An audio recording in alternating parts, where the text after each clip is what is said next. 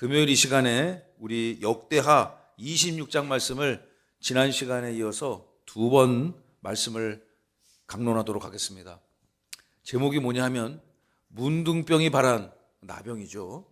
나병이 발한 우시야 왕의 성공은 어떻게 해서 성공했고 실패는 어떻게 했고 우시야의 성공과 실패 원리를 역대하 26장이 아주 적나라하게 말씀을 증언하고 있습니다. 우리가 오늘 2026년 1월을 살아가고 있지만 남왕국 유다, 남유다 유다 왕국의 우시야 왕 시대로 그 시대를 살았던 사람의 마음으로 이 본문을 읽기를 바라고, 이 말씀이 오늘 여러분의 삶의 현장에 하나님이 이 계획하시는 성공과 실패 원리를 명확히 깨달으셔서 여러분들은 어느 자리에 쓰셔야 되겠습니까? 성공하는 자리에 믿음으로 성공하시고, 또 여러분 세상에서 경영하는 모든 일들 가운데 승리를 선언하시고 하나님 앞에 큰 영광을 올려드리는 복된 주의 백성 되시기를 바랍니다. 우리가 1절로부터 15절의 말씀을 잠시 리뷰를 좀 해야 되겠습니다. 3주 전에 이 본문을 읽었으니까요. 이 사람이 꽤 괜찮은 왕이었습니다. 꽤 괜찮은 왕이었어요. 이스라엘이 그 지파가 12지파인데 10지파 2지파로 갈라져서 분열이 됐지 않습니까? 그래서 10지파는 북이스라엘 땅에 사마리아 땅을 중심으로 나라를 형성했습니다. 근데 이 나라는 지금 뿌리를 찾기가 어렵습니다. 그 흔적을 찾기가 어렵고 이방 민족과 막 피가 섞이고 하면서 지금 그 이스라엘의 그 12지파의 그 이 족보적 정통성을 찾기는 쉽지 않은 것 같아요. 그리고 북이스라엘에는 철저하게 좋은 왕이 한 명도 없었습니다. 북이스라엘을 이끌었던, 먼저 망했죠. 아수르에 의해서 먼저 망했는데 이 북이스라엘을 통치하던 왕들은 눈을 씻고 찾아봐도 좋은 왕이 한 명도 없었고 전부 아주 못되고 강팍하고 자기 배만 채우고 우상을 탐닉하고 하나님을 마운으로 여겨서 결국 망하는 그런 나라였어요. 그런데 남왕국 유다에는 가뭄에 콩나듯이 어쩌다 좋은 왕들이 나타났습니다. 우리나라 조선에도 왕들이 뭐 21명 있지 않습니까? 어렸을 때 노래 부르면서 그거 순서 외웠잖아요. 태종, 태세, 문단세, 예성, 연준, 임명선 하면서 말이죠. 그 왕들이 25명 왕들이 다 좋은 왕들이 아니었고 정말 엉터리 같은 왕들도 많이 있었잖아요. 희대의 폭군들도 있었습니다. 그래서 지금도 사극을 만들면 평범한 시대에는 이슈가 별로 없었으니까 드라마 만들 게 없죠. 그런데 아주 그냥 막 피를 흘리고 그 와중에 큰 폭동이 일어나고 이런 시대가 이제 드라마로 영화로 계속 만들어지지 않습니까? 연산군 같은 아주 못된 임금도 있었고요. 아주 나약하고 무능한 왕도 있었습니다. 그런데 28명 중에 왕 중에서 가끔씩은 또 좋은 왕들이 있었잖아요. 우리 살고 있는 이 도시 이름 네이밍이 된 왕 누구죠? 그분 진짜 정말 훌륭하신 분이에요. 정말 압도적인 분이었습니다. 그리고 또 조선의 이 법 체계를 정비하신 성종도 존경받는 왕이고, 또 영조나 정조도 그래도 개혁을 하려고 애를 쓰고 탕평을 하려고 애썼던 그런 군주 중에 하나지 않습니까? 이 남유다가 그랬습니다. 북이스라엘에는 좋은 왕이 있었습니까? 없었습니까? 없었습니다. 남유다에는 있었어요? 없었어요? 가끔 있었어요. 그 가끔 있었던 왕 중에 하나가 바로 우시야 왕입니다. 이 사람 꽤 괜찮은 왕이었어요. 그 리뷰 슬라이드를 열어주시면 이 사람은 집권 초기에 왕으로 16살의 왕위에 올라서, 그러니까 소년으로 왕위에 올라서 52년간 아들과 함께 통치를 했습니다. 후반부에는 거의 통치했다가 말할 것도 없고, 오늘 본문을 읽어보니까 이 사람이 중병에 걸렸지 않습니까? 나병에 걸렸기 때문에 이 나병에 걸린 사람은 당시에 완전히 격리가 되어졌단 말이죠. 그러니까 제대로 왕으로서 기능을 못했고 아들과 함께 분할 통치를 한 것으로 성경은 기록하고 있습니다. 그런데 이 우시야 왕의 초기에는요, 이 사람이 하나님의 말씀에 귀를 기울였습니다. 하나님의 말씀에 그가 정책을 집행하고 계획하고 입안하는데도 하나님한테 물어보고 하나님을 경외하는 마음으로 지혜를 구하며 통치를 하니까 당연히 선정을 베풀겠죠. 하나님의 지혜를 구하며 통치를 하니 어찌 미련한 왕이 될 수 있었겠습니까? 성경은 증언하기를 그 시대에 국토도 확장되었고 우리나라 이 광개토대왕 같이 영토를 많이 넓혔어요. 또 예루살렘 성 도시 방어 체계도 확립했고 그 시대의 산업이 요즘에는 뭐 엄청난 산업이 있지 않습니까? 엔터테인먼트 산업이고요. 또 조선, 반도체, 뭐 자동차, 건설, 토목, 환경, 우주 산업 모든 산업이 지금 융성한 나라 우리 살고 있죠. 근데 그때는 농업이 뭐가 산업이 뭐가 있겠습니까? 저 남유다 우시아 왕 시대 때 산업은 딱 두 가지밖에 없었어요. 첫째 농업, 그리고 둘째 목축업. 창세기 보면은 이 가장 최초의 산업이 농업, 농사를 짓는 것, 목축을 하는 거였지 않습니까? 이렇게 그 시대의 산업 기반이 확충이 딱 되니까 국민들이 땅도 넓어져 도시 방어 체계도 확립돼서 안전해, 게다가 먹고 사는 거리도 산업 기반이 탄탄해. 태평성대가 구가 됐던 시대입니다. 그리고 또 하나의 산업이 있습니다. 무슨 산업? 군수산업. 성경에 보면 이 우시아 왕 시대에 군대 조직을 재편하고 그리고 무기 체계를 정비시키면서 아주 그 좋은 나라로서 무시할 수 없는 작은 나라지만 그런 나라를 요즘에 뭐라고 부릅니까? 강소국이라고 부르잖아요. 작지만 강한 나라. 작지만 강한 나라. 뭐 중국이나 미국 같이 어저께 제가 이상훈 안수집사님한테 신방 가가지고 여쭤보니까 중국 전문가시잖아요. 중국이 우리나라 남한에 여러분 몇 배인 줄 아세요? 나 어저께 처음 알았네. 100배. 다 함께 100배. 야, 진짜 정말 이게 머릿속으로 상상이 안 되는 규모 아닙니까? 우리나라도 사실 못 가본 데가 저는 훨씬 더 많은데 여러분 우리나라 땅의 100배. 아, 진짜 참 대단한 나라입니다. 뭐 우리가 뭐 땅인 덩어리가 좁은 나라의 반도의 토를 잡았으니까 그거 뭐 이렇게 부러워하면 어떻게 된다고요? 진다고 그러잖아요. 그래서 부러워하지 말되 우리의 현실을 딱 살펴보고 우리는 작지만 강한 나라. 이 표방해야 되겠죠. 그렇다고 뭐 지금 남의 나라를 막 대륙을 넘어가지고 바다를 건너 남의 나라 뺏을 수 있는 시대가 아니지 않습니까? 그런데 여러분 이런 시대에 이 남유다 왕국이 이렇게 산업도 군사 기반도 탄탄했어요. 그런데 이 성경은 증언하기를 이렇게 모든 이들의 그 우시아 시대의 형통함이 어디에서 오는가? 우시아가 잘나서일까요? 그것이 아니라 성경은 하나님이 우시아 시대 이스라엘 남유다와 함께 하셨고 하나님이 도와주셔서 그 시대의 산업도 군사적 안정도 정치적 안정도 가져왔노라. 이렇게 성경이 기록하고 있습니다. 이 성경이 기록된 바 1점도 1획도 틀림이 없음을 믿으시기 바랍니다. 여러분 성경을 가지고 계십니까? 4절과 5절을 한번 읽어볼까요? 제가 슬라이드를 준비 못했기 때문에 성경을 찾아서 읽어보시길 바랍니다. 4절 다 함께 시작. 우시아가 그의 아버지 아마샤의 모든 행위대로 여호와 보시기에 정직하게 행하며 아멘 아멘. 이러면 은혜를 얻는다는 거죠.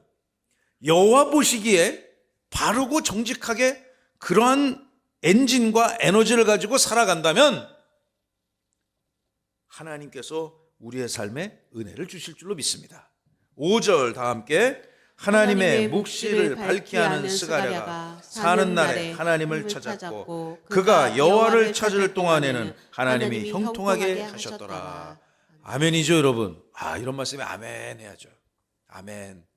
여러분 5절의 말씀을 보시면 하나님의 계시가 선포되어졌던 그 입을 스가랴 선지자의 말씀을 이 왕 우시아가 즐겨 찾아 들으며 청종하며 스가랴 선지자의 입을 통해서 계시되어질 하나님의 말씀을 듣는 것을 즐거워하고 그 들은 하나님의 말씀을 계시된 말씀을 그의 나라를 통치하는 데 작동을 했으니 하나님이 그날에게 은혜를 주셨다.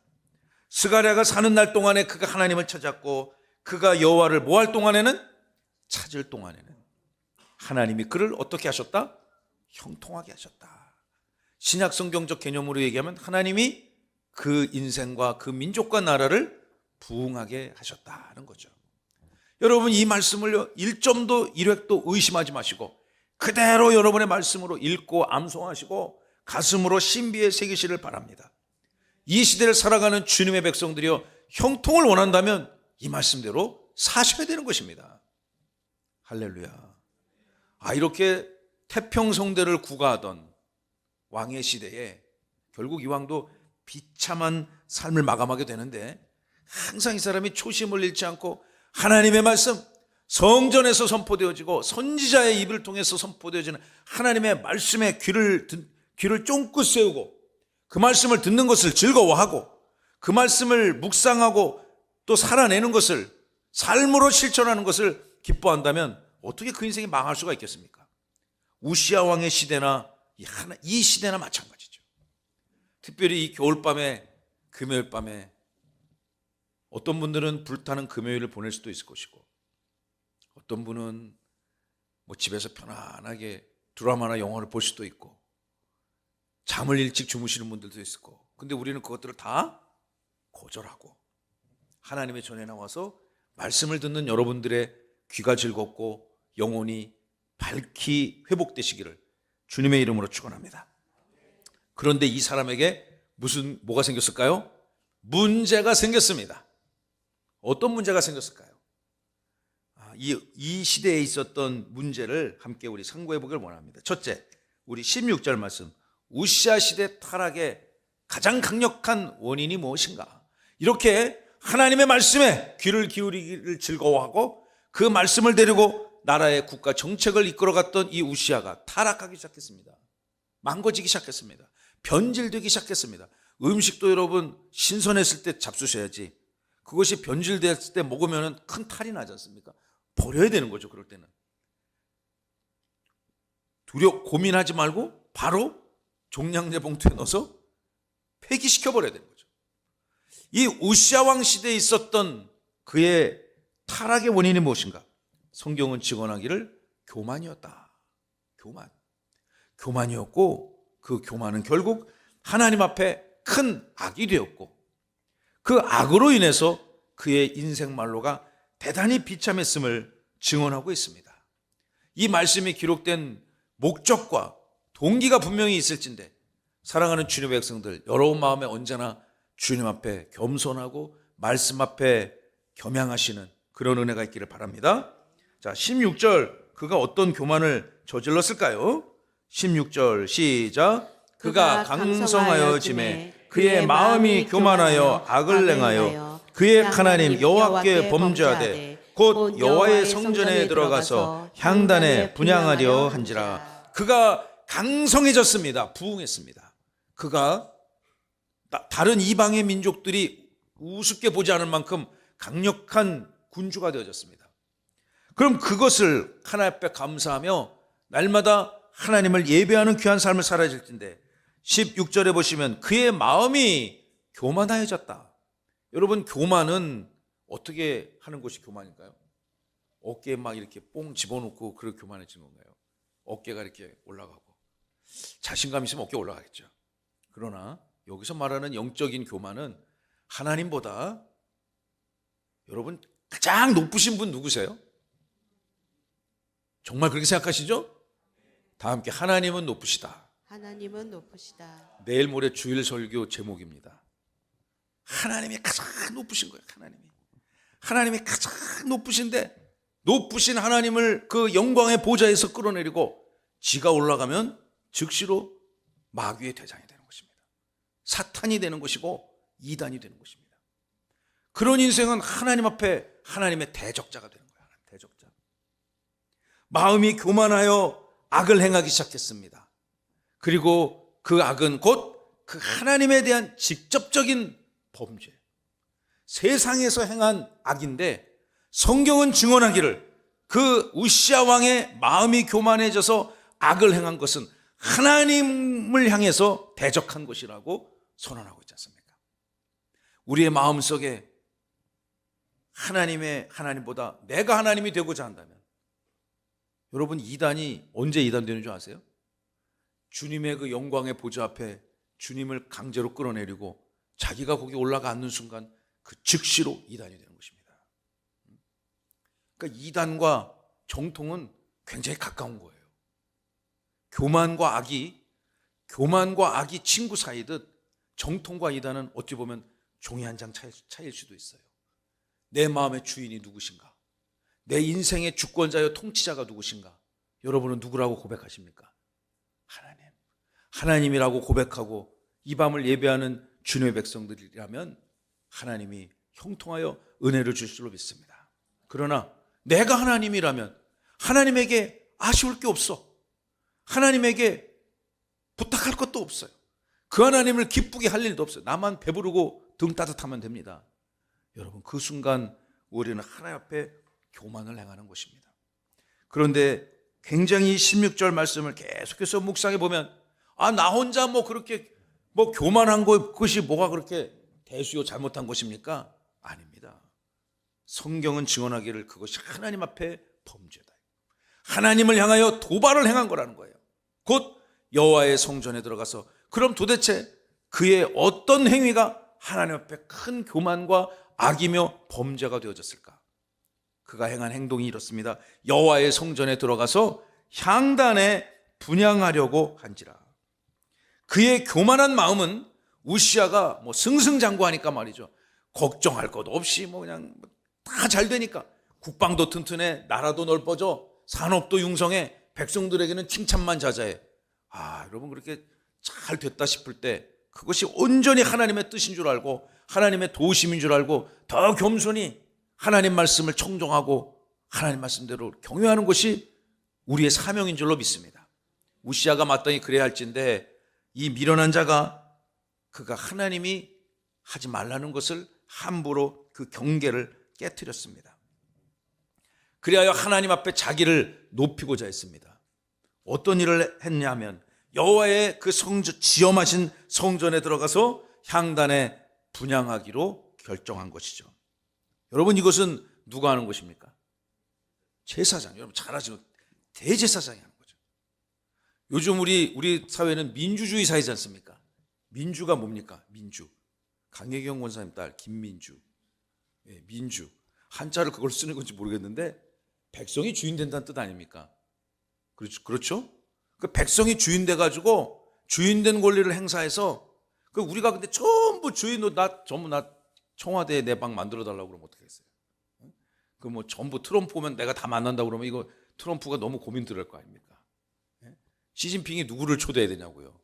강건한 집사님을 초대해야 되는지 원동현 목사를 초대해야 되는지. 그러니까 대표를 탁 뽑아가지고 이렇게 통치할 수 있는 권한을 법으로 주지 않습니까?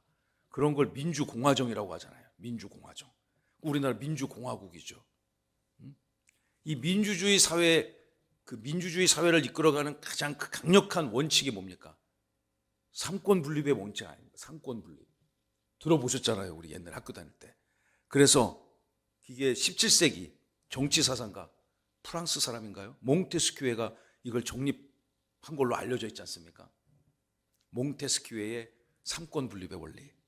민주주의 사회는 세 가지 권리가 분리돼야 된다는 거예요. 상호 독립적으로 제한하거나 침해하거나 간섭하지 아니하고 독립적으로 작동해서 협력해서 선을 이루어라. 저는 이것이 삼권 분립의 대원칙이라고 생각합니다. 민주주의 사회는 다 그 원리를 적용하잖아요. 그래서 법을 만드는 데는 누가 만들어요? 입법부가 만들잖아요. 입법, 국회에서. 그 만든 법을 집행은 누가 합니까? 행정부가 하잖아요. 대통령이 행정권을 갖고서 국가기관이 집행하지 않습니까? 그리고 또 분쟁이 생겼을 때 그 법을 해석하고 적용하는 것이 누가 합니까? 법원이 하지 않습니까? 그래서 이게 법이라는 큰 이 중심 안에서, 테두리 안에서 법을 만들고 집행하고 해석하고 적용하는 기능이 분리되어 있습니다. 근데 대통령이 법 내가 만들겠다고 그러면 돼요, 안 돼요? 안 되는 거죠. 그 원칙이 깨지는 거죠. 대법관이 갑자기 입법까지 내가 하겠다고 나서면 어떻게 되겠어요? 그 원칙이, 전제가 깨어지는 것 아닙니까? 지금 이 우시아 왕 시대, 우시아가 지금 이러한 악을 범하고 있는 것입니다. 그런데 우리는 이 국민들이 합의해서 정한 법 테두리를 지키는 사회지만 지금 이 시대에는 하나님의 율법, 하나님의 말씀이 적용되어지는 그 시대, 하나님의 말씀을 목숨 걸고 지켜내야 되는 그 시대에, 구약성경 율법 시대, 이 우시야 왕이 너무 스스로 자고하여져서 하나님이 정한 원칙을 파괴하기 시작했습니다. 이것을 성경은, 하나님의 말씀은 교만이라 칭하고 악이라고 분류하며 곧 그것이 하나님 앞에 총칼을 든 범죄 행위였노라고 규정하고 있는 것입니다. 그러니까 점점 이런 나라 어떻게 되겠어요? 망조가 들겠죠. 어떻게 망해가는지 지켜봅시다. 17절로부터 20절의 본문을 통해서 하나님의 질서를 파괴한 우시야 왕을 하나님이 어떻게 진노하시는가, 여러분이 이미 잘 아시는 말씀이지만 한 절 한 절 읽어봅니다. 17절, 제사장 아샤라가 여호와의 용맹한 제사장 80명을 데리고 그의 뒤를 따라 들어가서, 18절 다 함께 시작. 우시야 왕 곁에 서서 그에게 이르되, 우시하여 여호와께 분향하는 일은 왕이 할 바가 아니요 오직 분향하기 위하여 구별함을 받은 아론의 자손 제사장들이 할 바니, 성소에게서 나가소서. 왕이 범죄하였으니 하나님 여호와께서 영광을 얻지 못하리이다. 아멘. 제사장 아사랴가 왕이 성전에 들어와서, 여호와의 지엄하신 성전에 들어와서 함부로 분향을 하는 대원칙, 하나님의 말씀을 파기하려고 한다는 소문을 듣고 급히 휘하의 제사장들 80명을 데리고 왕 앞에 나타났습니다. 그리고 이 아샤라 제사장이 왕 앞에 직언을 하는 거죠. 왕 앞에 목숨을 걸고 하는 것 같아요. 이런 직언들은 18절의 말씀을 보시면, 이 분향은 당신이 보기에는 내가 하나 당신이 하나 아무 문제가 없는 것 같아 보이지만 그건 당신 생각이고, 우리 생각이 중요한 게 아니라 우리는 누구 생각이 중요합니까? 하나님의 생각이 중요해요.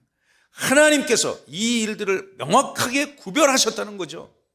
당신이 하고자 하는 그 일은 오직 아론의 직계 자손 대제사장들만 할 수 있는 것이니 당장 왕이시여 성소에서 나가시오. 참, 왕한테 이런 얘기하기 쉽지 않겠죠. 절대 권력자한테 국민들의 칭찬과 존경을 받고 나라를 부강시킨, 그럼 이런 왕은 뭐가 강해지겠어요? 권력이 강해지겠죠. 권력이 강한 이 왕 앞에서 지금 이 제사장 아샤라가 목숨을 걸고 왕이 그 악한 행위를 중단할 것을 선언합니다. 이 말을 들어야 되는데요, 남이 직언하면, 남이 충고나 조언을 하면 경청해서 들어야 되겠죠. 이분은 왜 이런 말을 하나? 내가 뭐 잘못된 거 없나? 잘 새겨야 됩니다. 보통 그런 얘기 들으면 사람들 기분 나빠하고 그냥 원수가 되고 그런 거 있는데, 저와 여러분들은 우리의 단점을 채워줄 동역자들의 조언을 잘 새기시는 지혜가 있기를 소망합니다.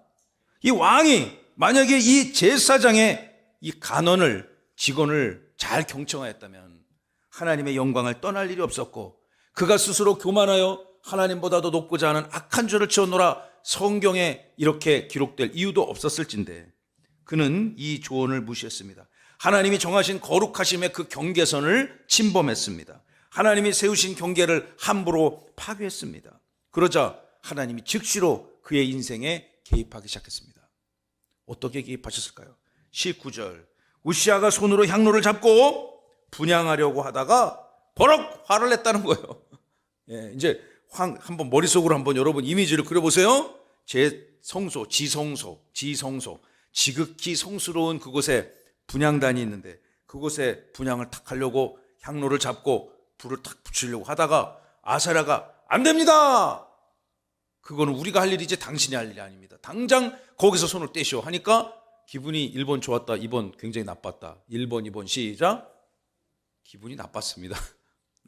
기분이 몹시 나빠가지고 화를 냈습니다. 화를 낼 때 내야 되고, 자기가 잘못하면 화를 내면 안 되는데 왕의 권위를 믿고 버럭 화를 냈습니다, 이 사람이. 그리고 계속 본문을 보시면, 그가 제사장에게 화를 낼 때에 여호와의 전안 향단 곁 제사장들 앞에서 그의 이마에 뭐가 뾰드락지가 볼록 생겼네. 이 말씀을 보시면요, 막 그냥 제사장, 너가 지금 감히 나한테 말이야, 네가 제사장이면 제사장이지 감히 나를 이렇게 제지를 해? 막 화를 내는데 갑자기 이마에 볼떡 튀어나왔다는 것입니다. 그의 이마에. 근데 그 이마에 단순한 이 뽀드락지가 아니고 뭐라고 그러죠? 뾰루지? 이 피부 트러블이 생긴 게 아니고 나병이 생긴 겁니다. 그 시대에 치유할 수 없는 질병을 하나님이 진노로 내리신 것입니다. 하나님보다 더 높고자 하는 인생에게 하나님이 화가 임하는 거죠. 우리 20절의 본문을 읽어볼까요? 시작. 대제사장 아샤라와 모든 제사장이 왕의 이마에 나병이 생겼음을 보고 성전에서 급히 쫓아내고 여호와께서 치심으로 왕도 속히 나가니라. 그 상황이 완전히 반전이 됐습니다. 보니까 갑자기 그냥 왕의 얼굴에 막 그냥 피부 트러블이 막 생기는데, 그 시대 사람들이 가장 경멸하는 병, 그 병에 걸리면 사람 취급을 받을 수 없는 그 병, 나병. 여러분, 구약 성경 율법 시대에 레위기 율법서를 보면 나병 환자들을 어떻게 다루고 그 사람이 어떻게 다시 공동체로 복귀하는가가 거의 복귀가 불가능한 거죠. 치유가 안 되니까. 가장 이 사람들은 어떤 조치를 받았습니까? 함께 살 수 없고 격리를 내잖아요. 격리. 다 함께 격리. 네, 격리. 우리도 옛날에 격리 많이 해봤잖아요. 이제 코로나 때 얼마나 대한민국 국민들은 참 말을 너무 잘 들어요. 그죠? 코로나 때 그냥 진짜 코로나가 진짜 걸리니까 아프긴 아프더라고요. 저도 한번 걸려보니까. 저는 뉴욕 코로나가 걸려와가지고 뉴욕에 일주일 놀러 갔다가 와가지고 그냥 바로 미국 코로나를 경험한 사람입니다. 저는 아주 특별한 코로나인데, 귀국해가지고 검사를 하잖아요. 집을 막 가는데 나는 전혀 안 아파. 전혀 이상이 없는데 문자가 띵동 왔어요. 너 코로나 걸렸어. 당신 코로나야. 그런데 웃기고 있네. 난 하나도 안 아픈데? 그런데 희한하게 문자를 받고 날 때부터 아프기 시작하더라고. 야, 진짜. 그래서 일주일 내내 알았습니다. 근데 코로나 초기에 저희 집사람이 그때 당시 병원에서 일하고 있었으니까, 목회를 본격적으로 하기 전이니까 이렇게 병원에 일하고 있었는데, 그러니까 병원에서 뭐 환자들을 촥 하니까 코로나 감염자랑 이렇게 이 접촉이라고 그러나? 그렇게 그럴 수 있잖아요. 근데 그때는 접촉한 사람도 일주일씩 격리해라. 그런 시대가 있었습니다. 본인은 검사해 보니까 아닌데, 그러니까 병원에서도 출근하지 마셔. 집에서 이렇게 격리를 했습니다. 저희 5 식구가 있는데 우리 집사람이 바로 이제 격리녀가 된 겁니다. 격리녀가 돼가지고, 저는 법을 잘 지키거든요. 그래서 나라에서 정한 정책을 잘 지키려고 일주일 내내 안방, 침실과 그 욕실을 다 내어주고 우리 식구들이 다 이 거실에서 격리돼 살았습니다. 일주일 동안에 내가 밥을 다 해먹였다니까.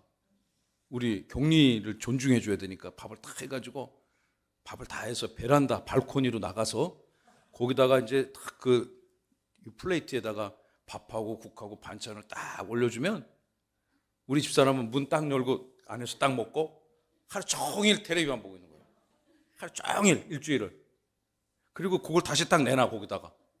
그럼 접촉을 하면 안 되니까 제가 또 그걸 그대로 가져다가 열심히 또 다른 데 또 감염되면 안 되니까 깨끗하게 막 닦고, 그리고 또 이렇게 제가 잘 섬겼죠.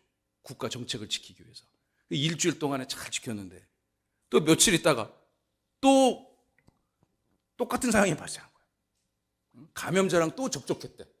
그래서 그 기간이 또 늘어났어. 감염됐으면 내가 말을 안 하는데, 감염자와 접촉했을 가능성이 있으니까 보건소에서 당신도 접촉하라. 그래서 또 격리 생활에 들어와서 내가 일주일을 또 하다가 한 열흘 하니까 신경질이 확 나가지고, 이거 국가정책 말 잘 듣는 놈만 바보 되는 거다 이건. 우리는 없다. 그래서 나머지 며칠을 그냥 후리하게 살았는데, 왜 이런 말씀드리냐, 나병 환자가 이런 대접을 받아야 되는 거예요. 격리를 받아. 격리. 왕에게 이런 격리가 생겼단 말입니다. 19절을 보시면 우시아가 막 범죄를 하려던 그 순간에 화를 팍 내니까 얼굴에 이마에 나병이 생겼고, 20절에 막 그 나병이 막 퍼지는 게 막 이렇게 보이는 거예요. 시각적으로. 그러니까 막 주변이 막 난장판이 됐겠죠. 왕에게 나병이 생겼으니까 이게 말이 안 되는 거지 않습니까? 왕의 입안에 나병이 생겼을 보고 사람들이 막 주변에 측근 신하들도 다 멀리 떨어져. 나병 걸리면 옮기면 큰일 나니까. 그래서 빨리 분단에 이 분향단에 향로를 향로에 분향을 하든 말든 관계없이 빨리 왕이고 뭐고 내쫓은. 본인도 너무 당황해서 내쫓김을 당했다는 것 아닙니까? 결국 이러한 큰 국가적 변고가 생긴 가장 결정적인 원인이 어디 있습니까? 하나님이 정한 규칙을 파기한 것입니다. 하나님의 말씀을 만우리 여기고 하나님 지엄하신 그 하나님의 말씀을 감히 함부로 끌어내리고 하지 말라는 것을 기를 쓰고 하다가 이런 큰 변고를 겪게 됐습니다. 21, 23절 이 사람 어떻게 됐을까요? 이런 사람 우시야 왕의 비극적인 말로 21절 우시야 왕이 죽는 날까지, 그러니까 지금 20절부터 뭐가 됐습니까? 완전 격리 상태에 들어간 겁니다. 완전 격리, 왕이고 뭐고 완전 격리 상태가 들어가서 죽는 날까지 나병 환자가 되었고, 나병 환자가 되매 여호와의 전에서 끊어져 어디서 살았어요? 왕궁에서 못 살고 별도로 분리된 별궁에 살았습니다. 그리고 그의 아들 요담이 사실상 왕궁을 지키고 왕으로 통치를 하기 시작됐던 거죠. 23절 함께 읽습니다. 시작. 우시야가 그의 조상들과 함께 누우매 그는 나병 환자라 하여 왕들의 묘실에 접한 땅 곧 그의 조상들의 곁에 장사하니라. 그의 아들 요담이 대신하여 왕이 되니라. 결국 이 사람 죽을 때까지 20절, 21절 상황을 극복을 했습니까? 못했습니까? 못했습니다. 아마 회개도 안 했던 것 같아요. 말씀을 마무리해야 되겠죠? 사랑하고 친애하는 성도 여러분, 이 역대하 26장이 주는 명확한 대조가 있습니다. 인생의 민족이, 나라가, 공동체가 어떻게 하면 흥하고 어떻게 하면 망하는가, 그 흥과 망의 경계선에 무엇이 있는가. 우리가 하나님을 바르게 높으신 하나님 앞에 영광과 찬송 경배 드리기에 우리의 삶에 부족함이 없다면 하나님께서 우리의 인생을 긍휼히 여기시고 흥함을 선물로 주실 줄로 믿으시기 바랍니다. 그러나 이 우시야 왕의 실패를 보시기 바랍니다. 그가 스스로 하나님보다 자고하여져서 하나님 앞에 범죄하여 교만하여졌을 때 그가 철저하게 망했습니다. 우리가 이 시대 이 본문을 다시 꺼내서 읽는 이유가 있습니다. 오늘 우리의 삶을 돌아보시고 내 인생에, 내 영혼에, 이 나의 10년 가운데 주님이 주인 되시는가 깊이 새기시기 바랍니다. 주님이 주인이 안 되고 그 영광의 보좌 앞에 다른 이가 앉아있다면 당장 끌어내려야 됩니다. 내 자아가 있습니까? 끌어내려야 됩니다. 거기 돈이 있습니까? 끌어내려야 됩니다. 누군가가 사람, 내 자식이 왕이 되어 있습니까? 끌어내려야 됩니다. 그리고 그 자리에 주인이신 영광의 보좌 하나님께 그 보좌를 돌려드려야만 하는 것입니다. 이것이 역대하 26장이 우리에게 증언하고 있는 인생과 민족 공동체의 흥망의 원리임을 믿으시기 바랍니다. 사랑하고 친애하는 성도 여러분, 이 밤을 예배하는 사랑하는 주님의 백성들, 여러분 진심으로 영원토록 대대손손 하나님만을 예배하고 하나님만을 높이시고 하나님만을 가까이 하시기를, 그래서 나의 인생, 나의 가문, 나의 삶의 현장, 우리 함께 섬겨가는 주님의 몸된 교회, 이렇게 하나님 앞에 큰 은혜와 긍휼을 얻었노라. 하나님의 선하심을 증언하고 자랑하고 간증하고 찬양하는 주의 백성 다 되시기를 예수님의 이름으로 축원하고 축복합니다.